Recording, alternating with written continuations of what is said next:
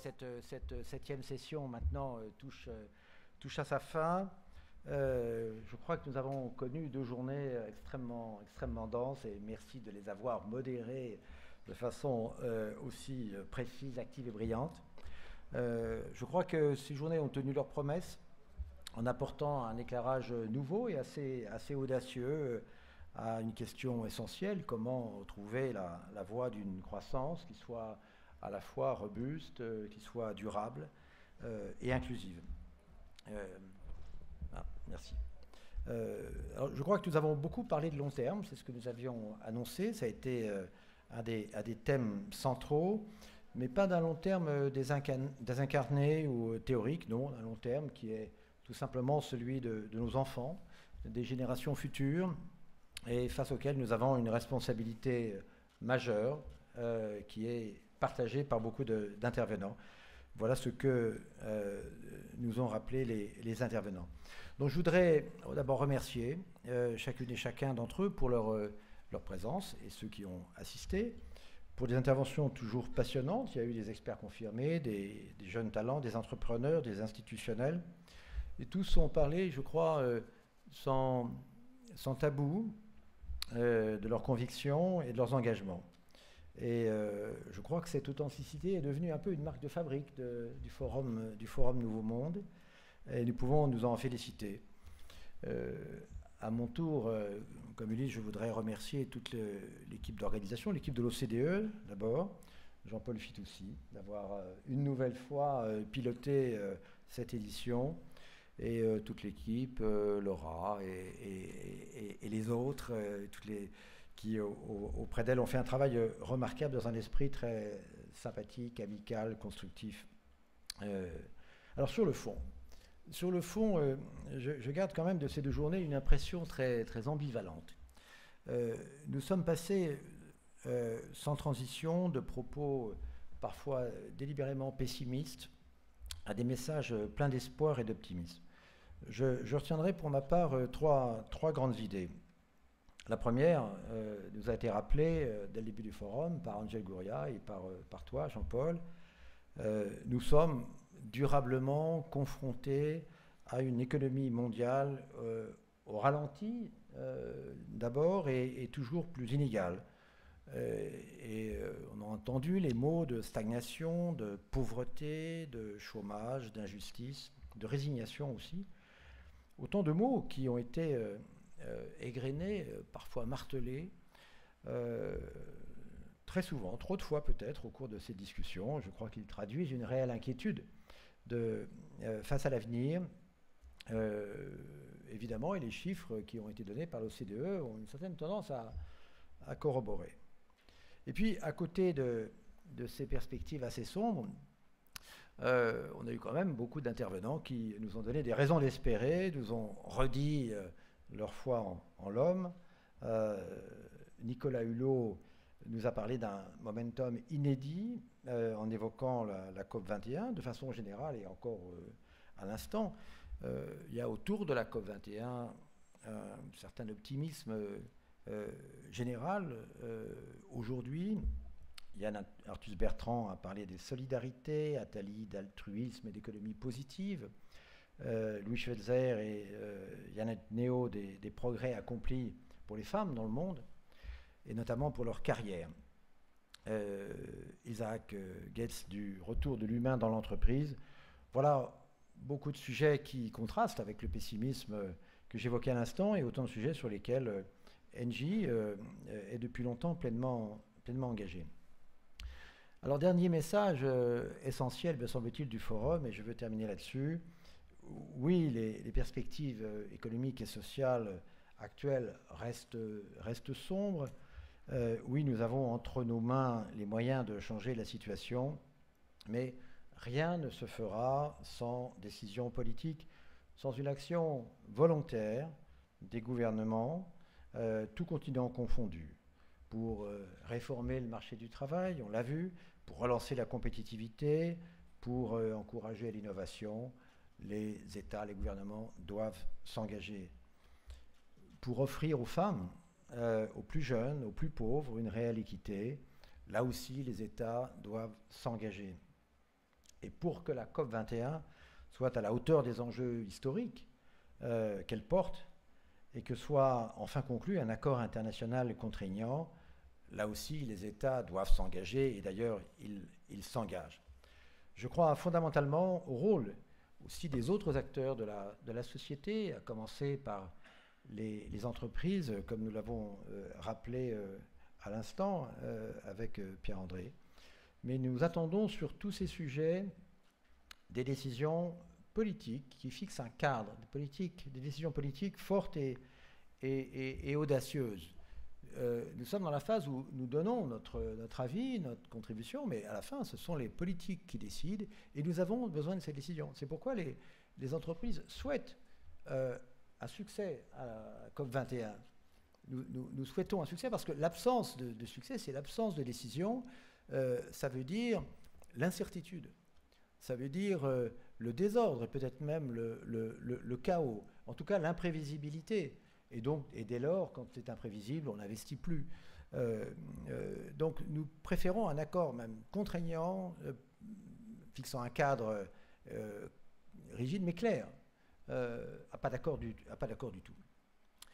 Tout cela, c'est au fond le sens de l'action aussi de l'OCDE, que de pousser pour de meilleures politiques publiques, pour de meilleures vies. C'est la devise de la maison. Voilà, et je souhaite que cela demeure également l'esprit du forum, Nouveau Monde, un rendez-vous à la fois impertinent, mais aussi exigeant et incontournable, désormais, je crois, installé dans le paysage économique et politique, et installé à long terme. Merci beaucoup.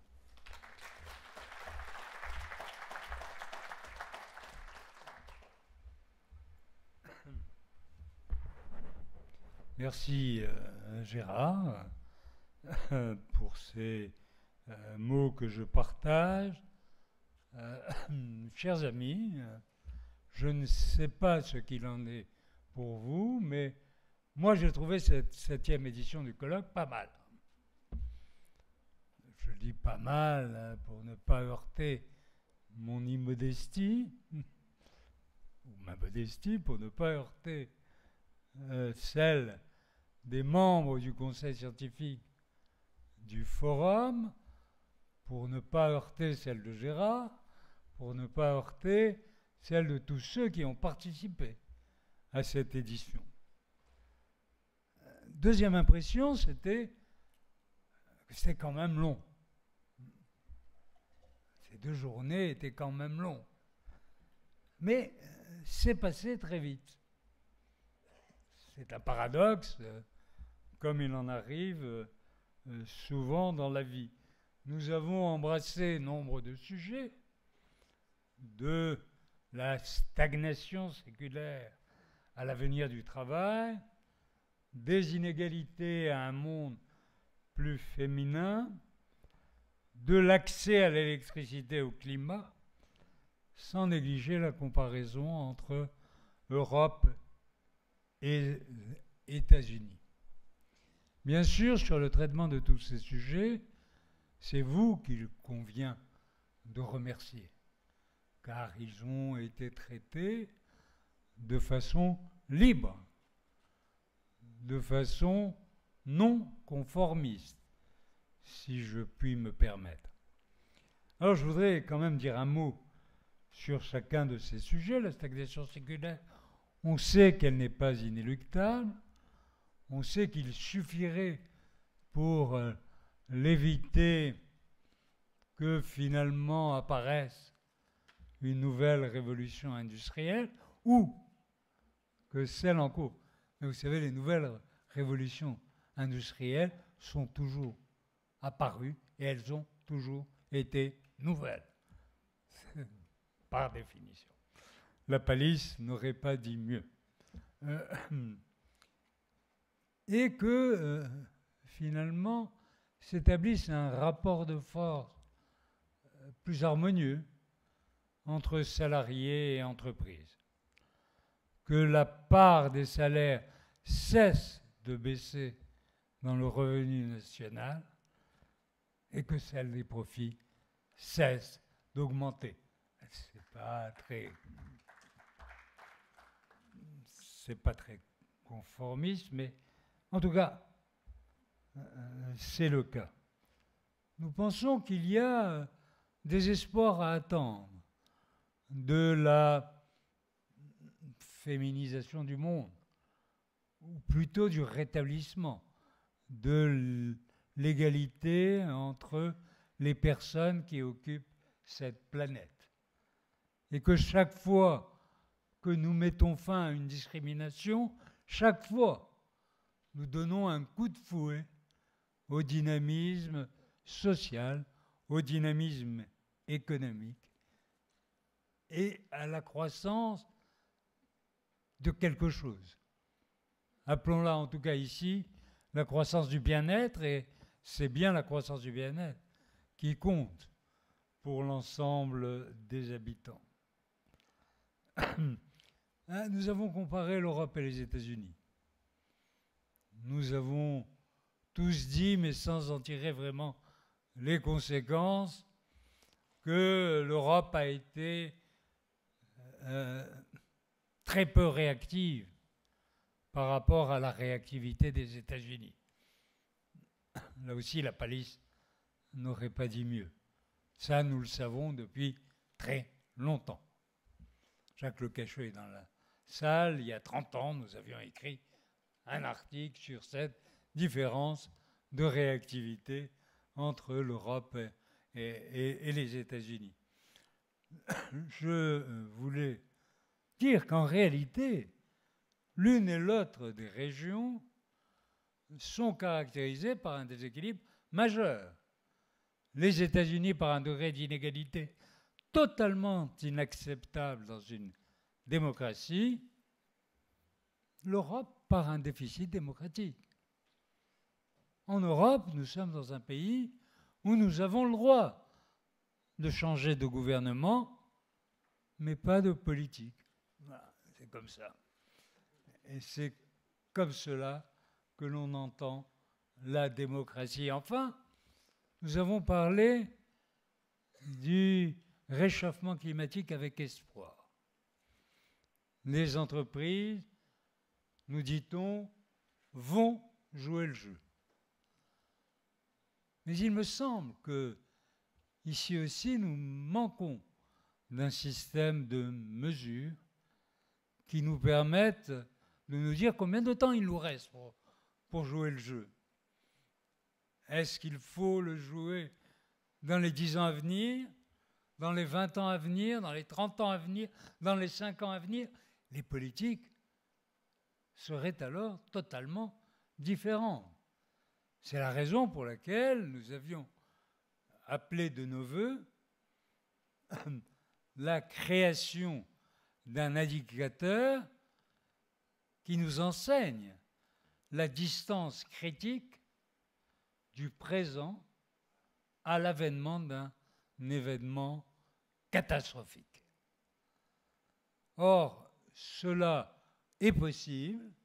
Les experts du GIEC ont travaillé sur ces sujets et peuvent nous permettre de construire ces indicateurs. Car il me semble que nous ne pourrons régler de façon pérenne ces politiques qu'à partir de ces nouveaux systèmes de mesure. Voilà, merci beaucoup à tous, car c'est grâce à vous que ce forum m'a plu. Voilà.